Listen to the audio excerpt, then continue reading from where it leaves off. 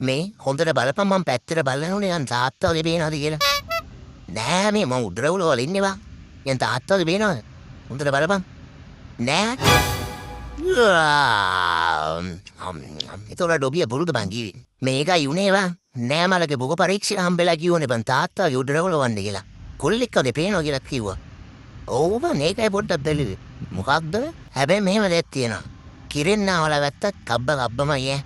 උඩරවුල නෙමෙයි බං යටිරවුල ත්‍රිකෝණයට ගැපුවත් කබ්බ කබ්බමයි ඈ. කබ්බ දන්නේ නැහැ ඔය ඉන්නේ. ඔය දිදාන් ඔය මේ පැත්තේ මොකක් කරේ කබ්බේ ඔය කබ්බ ෆෝම් කරගෙන ඉන්නව නේද?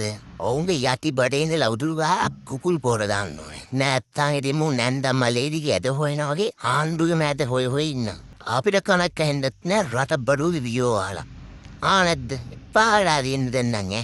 ඇස් දෙකෙන් බල උෂණ කෝෂ වලින් තීරණ ගන්න සෙනික මෝචන කුලේ දාමරික වඳ සමනලෙව් පොරට විභාග කරලා නගර සභාවකත් බලා ගන්න බැරි තොපි කොහොමද ඒක රට පාලනය කරන්නේ? අනේ නිකම් පවුල දීට පියව් වෙන්දල මාසාවියෝ උඩරවුල වෙව්ව කියලා ඔවුන් මේකේ හුජ්‍ය කරයි. එච්චර තමයි කරන්න බුළු. අනිත් එක හොඳ මිනිස්සෙක් ගාවට වැටෙද්දි මං අඩුවේ නරක මිනිස්සෙක් ගාවට. ඒකයි මට මෙච්චර තරහා යන්නේ. සාතකේ උග්ගාතකේ තමයි. තේමයි කියලා මාවත් මිනිමරුවෙත් කරගන්න එපා. පාන්සලේ පින් කැඩේකට ලාරි ගමන් නෑ. බොදු බල සේනාධිපතිතුමාට 17 Pro Max එක කරන් දීපියෝ. උන්ද පව්.